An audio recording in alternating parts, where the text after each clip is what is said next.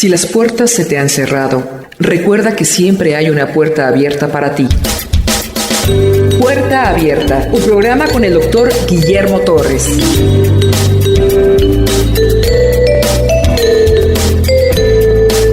Confesión de fe de Londres, Inglaterra, de 1689. Capítulo 8, Cristo el mediador. ¿Quién es un mediador? Es aquel que logra la solución integral y completa de un conflicto entre dos partes. ¿Qué es un intercesor? Un intercesor es aquel que pide en favor de otro. ¿Qué es un fiador? Persona que responde por otra. Ya definidos estos tres conceptos, vamos a entrar de lleno al capítulo 8, Cristo el mediador. Agradó a Dios en su propósito eterno. Dios, la Trinidad, el consejo intratrinitario donde se planea la salvación del hombre está en Efesios capítulo 1.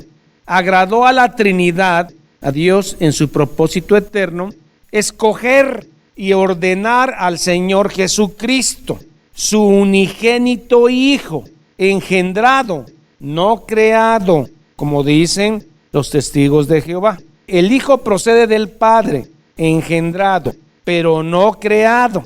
Esta salvación de mediador, de acuerdo al pacto en el cual habían entrado, el pacto intratrinitario, para que fuese mediador entre Dios y el hombre, quien dio solución integral y completa al conflicto entre el hombre y Dios. Cristo es el mediador. No hay ningún otro, no hay ninguna mujer guadalupana, mariana, no hay ángeles intercesores, intercesor o mediador, no hay nadie, solamente Cristo.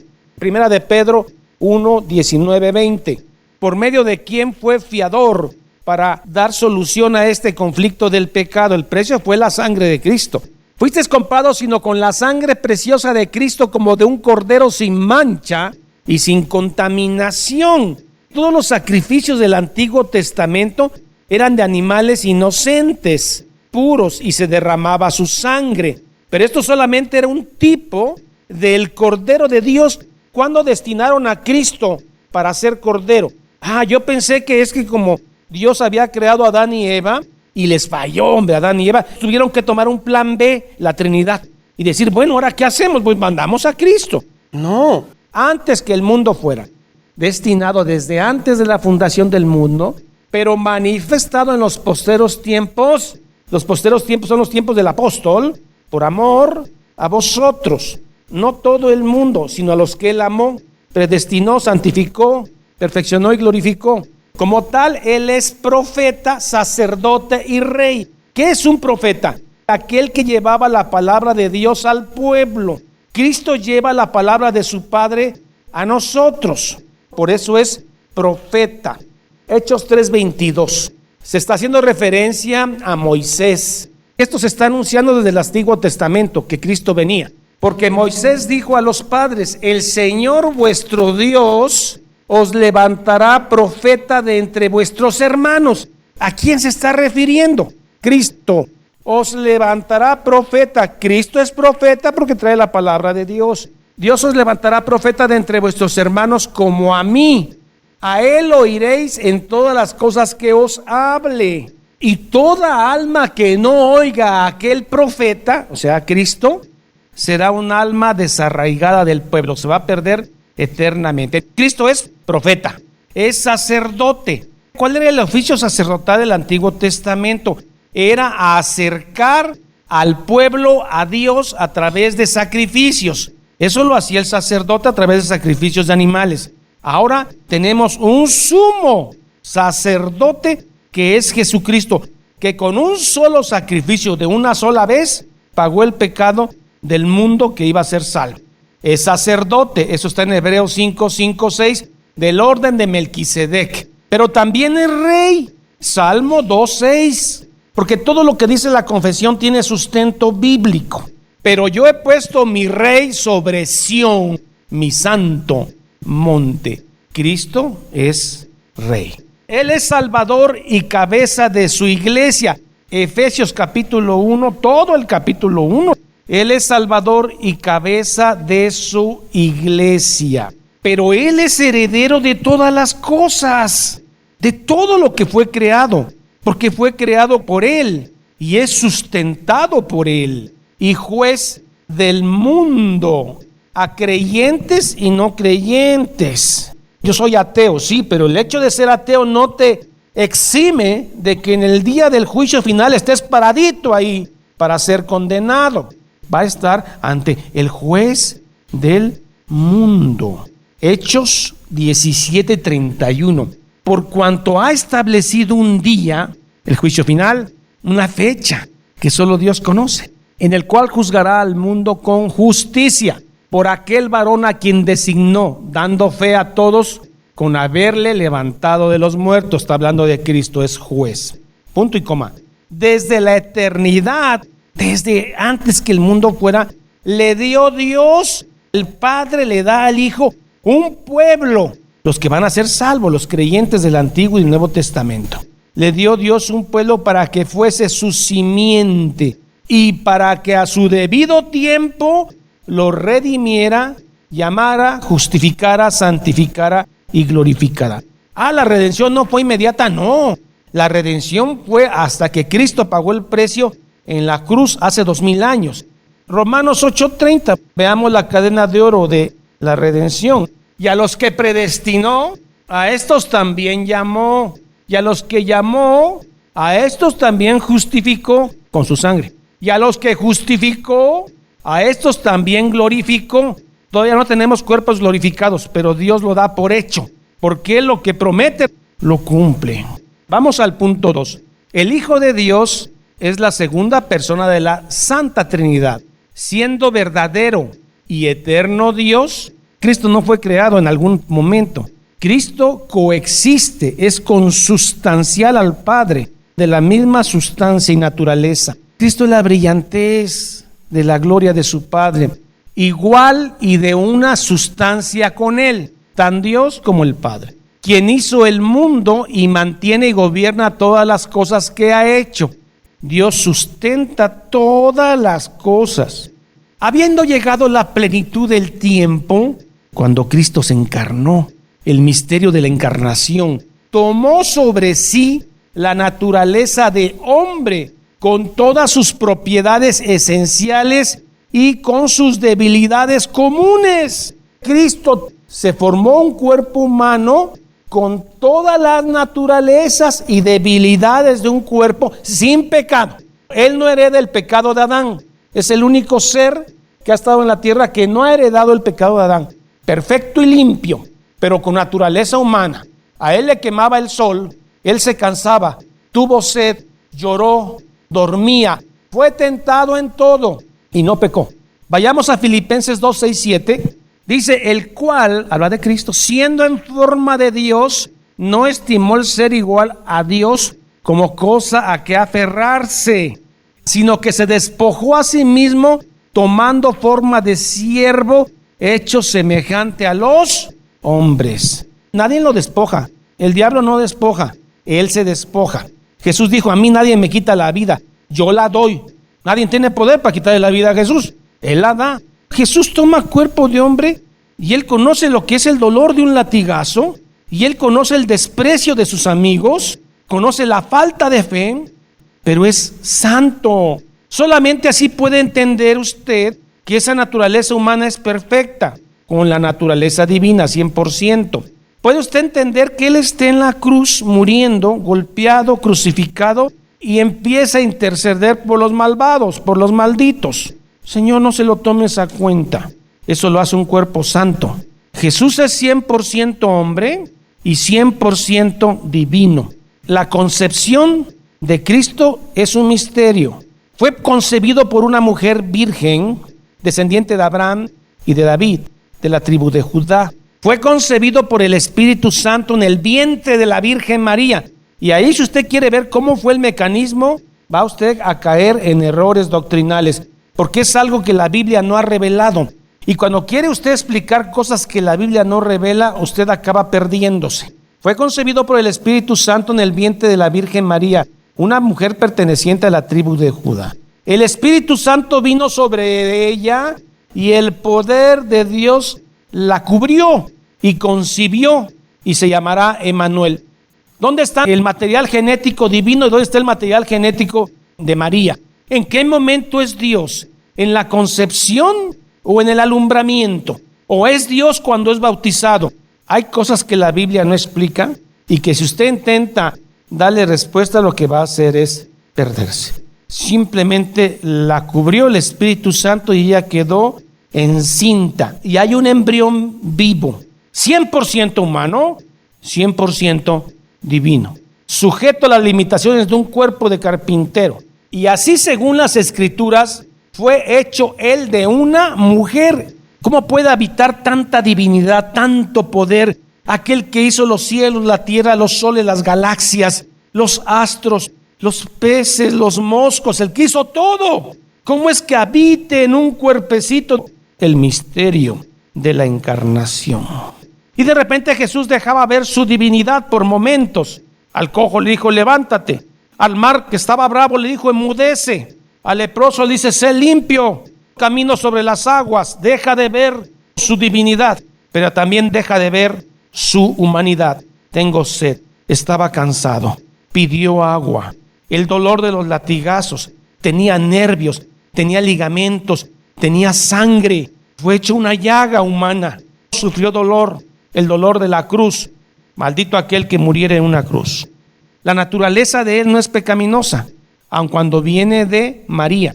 Así que dos naturalezas perfectas y distintas se unieron inseparablemente en una persona, pero sin conversión, composición o confusión alguna. Se han escrito volúmenes, libros completos de estas tres palabritas. Solamente les digo que Jesús es 100% humano y 100% divino. Entonces la gente, cuando empezó a leer la Biblia, empezó a hacer conjeturas y hubo un grupo eutiquismo o monofisismo. Jesús solo tiene la naturaleza divina y no humana. Jesús aparenta ser un humano, pero no era humano. Monofisismo. Mono, uno, fisis, naturaleza, una naturaleza. Luego hubo otro grupo, los nestorianos o difisismo. Decía que eran dos personas, una divina y una humana, pero dos personas distintas en un solo ser. Eran dos entes en una sola persona. Eran dos personalidades, una divina y una humana en un solo cuerpo. Eso es el nestorianismo. La esquizofrenia, la locura, es cuando la gente tiene dos mentes en una sola. Hubo otro grupo que quiso explicarlo y dijo así: Cristo no era Dios cuando fue concebido ni cuando nació. Cristo se le mete al carpintero cuando es bautizado. Cuando Juan el Bautista bautiza a Jesús es cuando la divinidad entra en Cristo, pero sin conversión, composición o confusión alguna. Esta persona es verdadero Dios y verdadero hombre, un Cristo, el único mediador entre Dios y el hombre. Primera de Timoteo 2:5. Es un versículo que a los católicos les purga, porque para ellos intercesor es María y los santos que ya están muertos. Puede pedirle a María para que le pida a Jesús y Jesús le pida al Padre. No es lo mismo intercesor que mediador. Para funciones prácticas es lo mismo. No es que María no es intercesora, es mediadora. Hay un solo Dios y un solo mediador entre Dios y los hombres, Jesucristo, hombre. Y no hay otro mediador, no hay otro intercesor o intercesores ni fiador, solo Cristo. Punto 3. El Señor Jesús, en su naturaleza humana, unida hacia la divina, en la persona del Hijo, fue ungido y santificado por el Espíritu Santo sobre toda medida. Está sujeto a limitaciones del cuerpo humano. ¿Los latigazos le iban a doler? Sí. ¿Le iba a doler la traición? Sí. El Espíritu Santo lo capacita, lo unge sin medida. ¿Ven la Trinidad en el tema de la salvación? Hechos 10:38.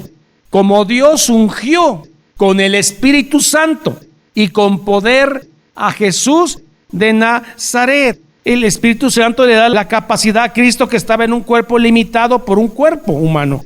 Y para cumplir su obra, entonces, el Espíritu Santo lo capacita con poder sin medida. Y como éste anduvo haciendo bienes y sanando a todos los oprimidos por el diablo, porque Dios estaba con él. Y posee todos los tesoros de la sabiduría y del conocimiento. Cristo sabe todo. Él sabía cuando estaban hablando en contra de él los religiosos. Colosenses 2:3. ¿En quién, Cristo, están escondidos todos los tesoros de la sabiduría y del conocimiento? Pero dice Jesús, si hablo de cosas terrenales y no entienden, ¿qué harán si les hablo de las cosas celestiales? En él habita todo el conocimiento y sabiduría. Pues agradó al Padre que en él, en Cristo, habitase toda la plenitud. Colosenses 1:19. En cuanto agradó al Padre que en él habitase toda la plenitud del conocimiento, a fin de que siendo, mire las características de Cristo, santo, inocente, no ingenuo, inocente e inmaculado. Cuando usted vea la palabra mácula es mancha, es no, sin mancha. Santo, inocente. Qué hombre tan hermoso, tan dulce. Y ese hombre es Dios, pero es hombre, lleno de gracia y de verdad. Él es la luz del mundo. El apóstol Juan en 1:14 dice, y en él estaba la plenitud, lleno de gracia y de verdad. Juan estaba recordando, había convivido con Jesús. Fuese del todo apto para desempeñar los oficios de mediador y fiador. Él es mediador de un nuevo pacto, ya no a través de la sangre de machos cabríos, es a través de su sangre. Hebreos 7:22. Por tanto, Jesús hecho fiador de un nuevo pacto en su sangre, pacto de gracia. Cristo no tomó por sí mismo estos oficios de mediador, sino que fue llamado para ello por su Padre. Hebreos 5:5. Así tampoco Cristo se glorificó a sí mismo haciéndose sumo sacerdote, sino el que le dijo, tú eres mi hijo, yo te he engendrado hoy. No te he creado, te he engendrado hoy. No lo tomó por sí mismo, sino que fue llamado para ello por su Padre, quien puso en él todo juicio y poder y le autorizó para que se desempeñara tales oficios. Punto 4 del capítulo 8 de la Confesión de Fe. El Señor Jesús, con la mejor voluntad, tomó para sí estos oficios de mediador. ¿Se opuso Cristo? No. Ahí están todas las citas donde dice que Él con muy buena voluntad y por amor lo hizo. Y para desempeñarlo se puso bajo la ley. Él nació bajo la ley mosaica y Él cumplió todo. Fue el único que cumplió todo. Estoy hablando de la ley del amor, porque Él mismo violó una ley que era sanar jorobados los sábados, porque Él dijo que el hombre está por arriba del sábado y no el sábado por arriba del hombre. La ley de Moisés en sí es la ley del amor, la que cumplió perfectamente. Sufrió el castigo que nos tocaba a nosotros. Si nosotros quisiéramos satisfacer la ira de Dios, no podríamos, aunque nos crucificaran. Necesitaba de un ser santo, inocente, para ser crucificado y que la ira de Dios quedase satisfecha.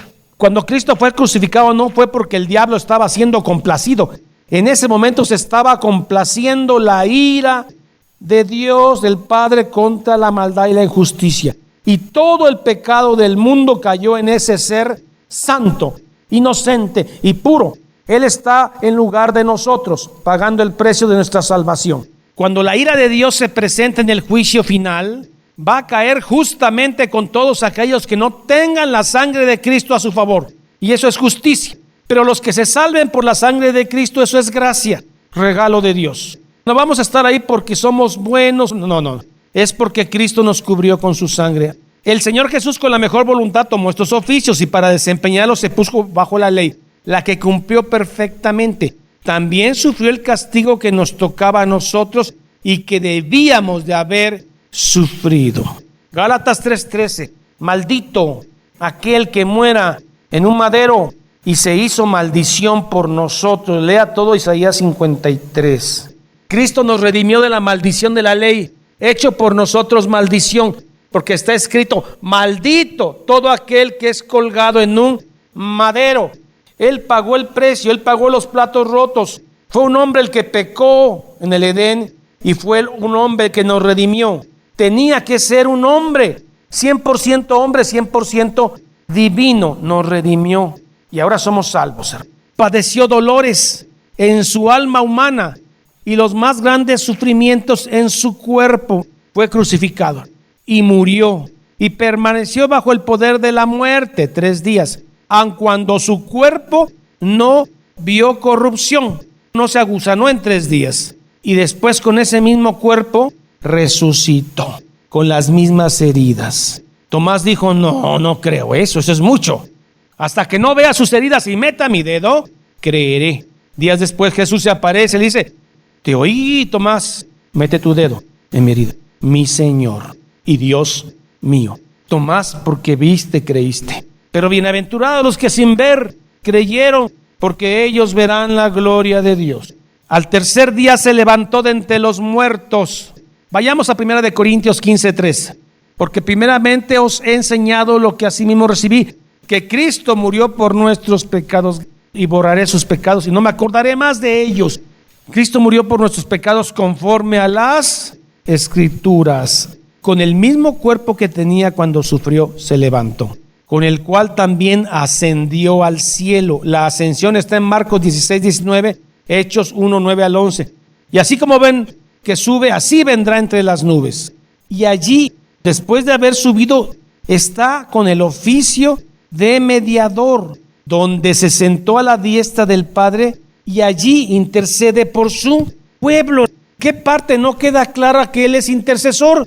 Aquí dice que es María o los santos. No solamente es mediador, ahora es intercesor con el Padre. Tenemos un acusador, pero también tenemos un intercesor, el sumo sacerdote que está en el templo, no hecho por manos de hombre. Hebreos 9:15. Así que por eso es mediador de un nuevo pacto.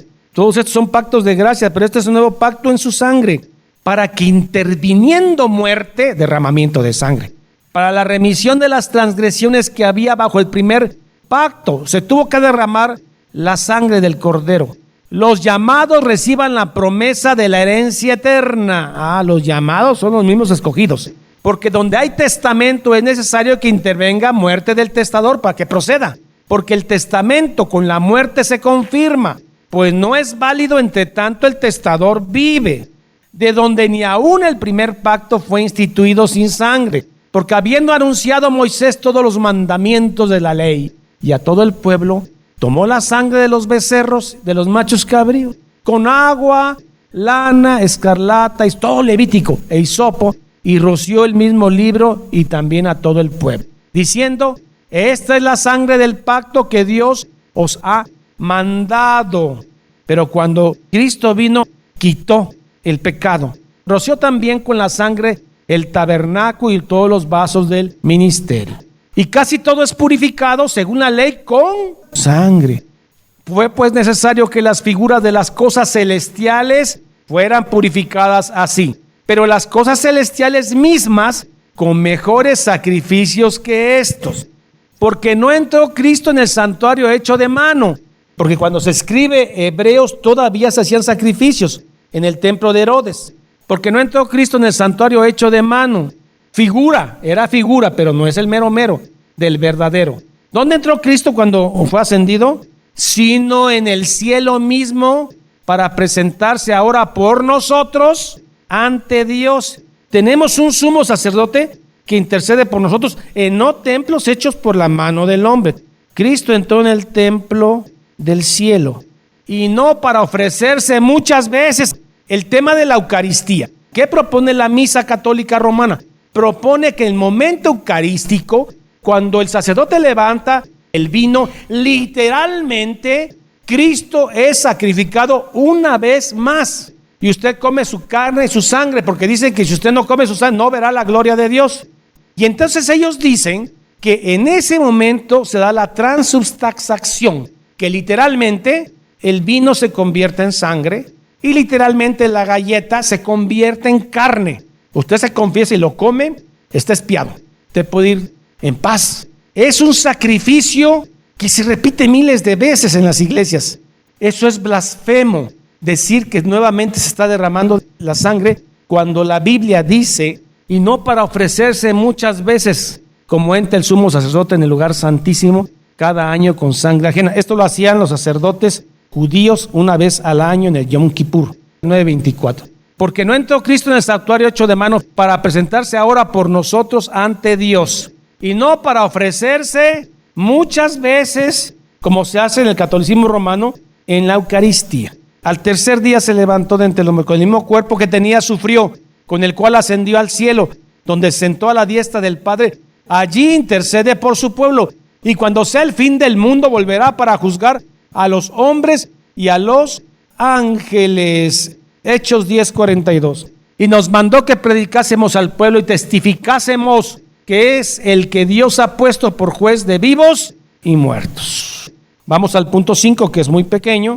El Señor Jesucristo, por su perfecta obediencia, Isaías 53, y por el sacrificio de sí mismo que ofreció una sola vez por el Espíritu eterno de Dios, ha satisfecho plenamente la justicia de Dios. La ira de Dios contra el pecado quedó satisfecha en la cruz. Su Hijo, inocente, santo, puro, divino y humano, se entregó y derramó su sangre a favor de muchos. La ira de Dios quedó satisfecha. Por eso el apóstol Pablo dice que nosotros, los que hemos creído, no nacimos para la ira. El que no ha creído en Cristo verá ira, la ira del Padre, la ira de Dios, que esa es terrible. Él ha efectuado la reconciliación y ha comprado una herencia eterna en el reino de los cielos para todos aquellos dados a Él por el Padre. Dice Jesús: voy a prepararos morada, porque muchas moradas hay. Si no fuese así, no os lo diría. A lo mejor aquí podemos ser pobres económicamente, pero la herencia que Cristo ha hecho por nosotros, cosas que no han subido a corazón de hombre, son las que Dios tiene preparadas para todos aquellos que aman y esperan su venida. No hay ningún otro intercesor, solo Cristo. La Biblia lo dice, así lo creemos. Padre, gracias por enviar a tu Hijo Jesucristo. Padre, gracias por habernos escogido antes que el mundo fue. Señor Jesús, gracias por tu sangre maravillosa, sangre de santo, inocente, puro, derramada a nuestro favor. Gracias, Espíritu Santo, por haber capacitado en la humanidad de Cristo para que Él cumpliera su obra, fortalecido. Gracias por el perdón de nuestros pecados, Señor. Ten piedad de nosotros. Gracias por tu mediación. Te damos las gracias en el nombre de Cristo Jesús. Amén y amén. Jehová es mi pastor, nada me faltará. En lugares de delicados pastos me hará descansar. Junto a aguas de reposo me pastoreará. Confortará mi alma. Me guiará por sendas de justicia por amor de su nombre. Aunque ande en valle de sombra de muerte, no temeré mal alguno, porque tú estarás conmigo. Tu vara y tu cayado me infundirán aliento. Aderezas mesa delante de mí en presencia de mis angustiadores.